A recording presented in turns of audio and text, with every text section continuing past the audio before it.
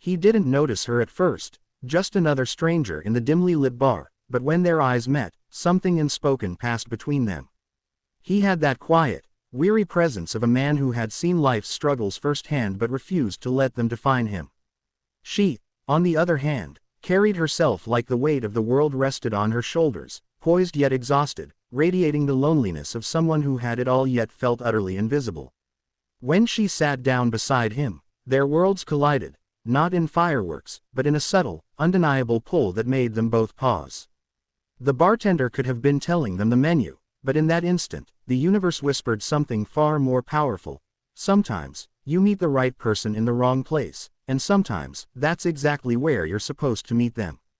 He noticed her trembling slightly, though she tried to mask it with a smile she thought was confident.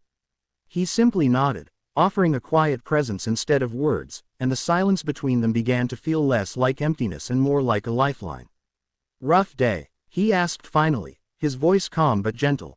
She laughed, bitter and soft, shaking her head. "You could say that," she admitted. He didn't cry, didn't judge, he just listened. In that simple act, the walls she had built around herself began to crack. They talked about everything and nothing, sharing fragments of their lives in the kind of conversation that feels familiar even when it's new.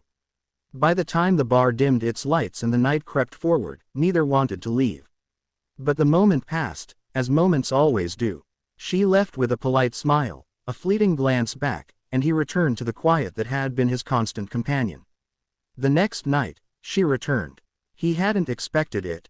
Nobody did, but when she appeared at the same bar, hope fluttered unbidden in his chest. She slid onto the stool beside him with the same tentative confidence, a little braver this time. "I couldn't stop thinking about our conversation last night," she confessed, and he realized the loneliness he had once felt alone, she had carried too. They laughed at the irony, they cried at the shared truths, and somewhere between the clinking glasses and low hum of music, they began to imagine what life might be like if their paths didn't diverge this time.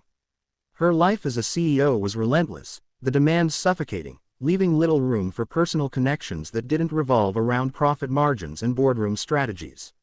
He was a single dad, raising his young daughter alone, juggling shifts, homework, and bedtime stories with tireless devotion. Their lives couldn't have seemed more different, yet that difference made the bond between them stronger. She admired the gentleness in his eyes when he spoke about his daughter, the pride that shone even through exhaustion.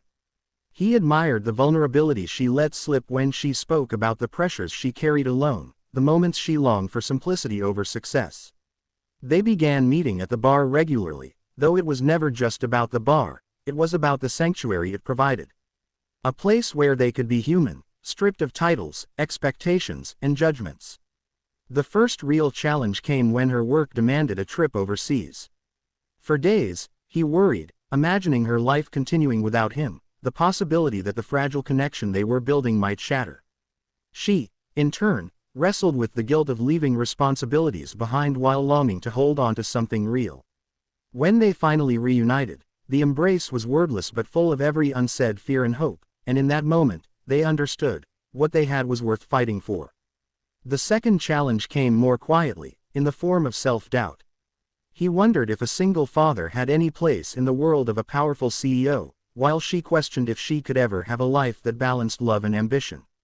They confronted these doubts together, not with grand gestures but with small acts of care, a shared coffee, a reassuring smile, a late-night phone call.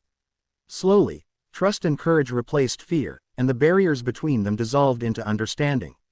In time, their connection grew into something neither had dared to imagine. She began visiting not only the bar but his home, where laughter echoed through the walls as his daughter accepted her presence with surprising ease. He learned to navigate the complexities of her career, offering support without envy or resentment. And she, in turn, discovered that success felt fuller when shared with someone who grounded her, someone who reminded her that life was not only about deadlines and boardrooms but about moments of real, human connection. By the end, it wasn't just about two people finding each other, it was about learning that love can be patient, resilient, and healing. Sometimes, the people who enter our lives in unexpected ways teach us that happiness doesn't arrive in grand gestures or perfect timing, but in small, persistent choices to be present, to care, and to show up. And as they sat together one evening, watching the city lights shimmer in reflection and holding on to each other as life's noise faded, they understood that the loneliness they once carried had been replaced, not by perfection, but by the profound comfort of being seen, truly and entirely, by another soul.